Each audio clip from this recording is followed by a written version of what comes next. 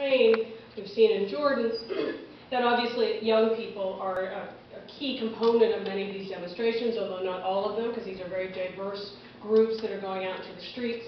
But what I've been watching, particularly in the last 10 years, is really rapid change. And I try to get to the Middle East a couple of times a year, because literally things have been moving so quickly in that period of time that I knew that if I went a year without going, I would miss out on some of these phenomena. And what we're looking at, and if you think about who are the organizers, not just in January and February in Egypt, but who are the organizers of events 3 years ago, 5 years ago, 6 years ago. We look at labor strikes. We can look at Facebook pages that are set up in commemoration of people who were imprisoned or tortured by the Egyptian police.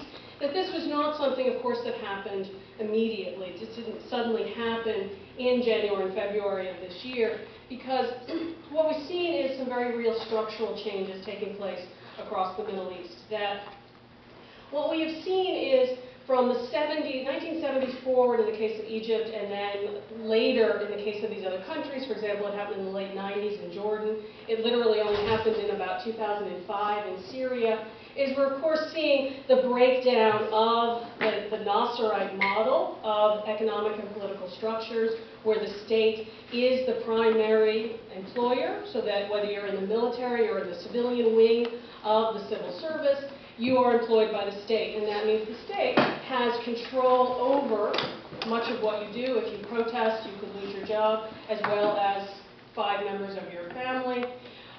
Now what we've seen starting with Egypt in the 1970s was a breakdown of that structure, first starting with Anwar Sadat and then following with Mubarak and following with people like King Abdullah, the current King Abdullah of Jordan, but also Bashar al-Assad in Syria as of 2005, is privatization of much of the economy, selling off state airlines, selling off telecommunications ministries. We've also seen a proliferation of private schools, private secondary schools, but also private universities in all of these countries during this period of time. And so what we've seen is the state doesn't have the same kind of authority, to use that term again, same kind of authority over people's lives. That people are now being employed more often by private companies and less often by the state. The state, in a place like Egypt, the school system, the state school system, is completely underfunded. It's not teaching the skills that people need in a globalized economy. So people, if they can get out, are trying to get to any kind of private school at the elementary, secondary, and then university levels to try and get the skills. But if you're going through the old system, you head to Cairo University, you still are promised that state job at the end, but you might have to wait 5 or 10 years to get the job, and it's probably a job that doesn't give you the kinds of skills that you think as an engineer or a doctor or as a teacher you should be able to bring into your workplace.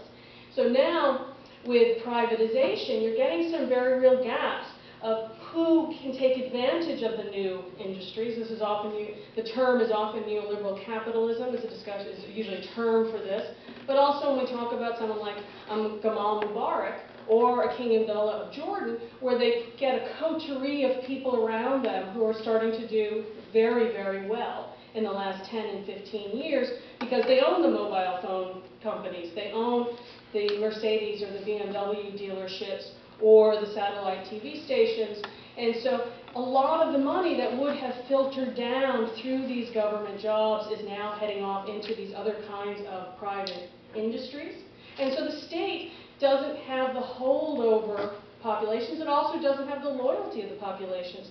Any kind of social contract you might think of with a Nasser, that Nasser did expand the government services, did expand electricity, did expand education, did expand health care in the 1950s and 60s, that people understood that they were getting services that they had been clamoring for decades throughout the interwar period when the earlier regimes were not providing those.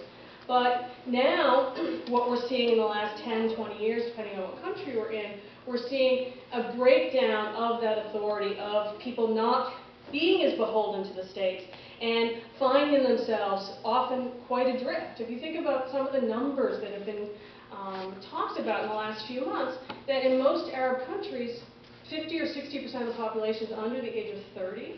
If you look at numbers like in Egypt,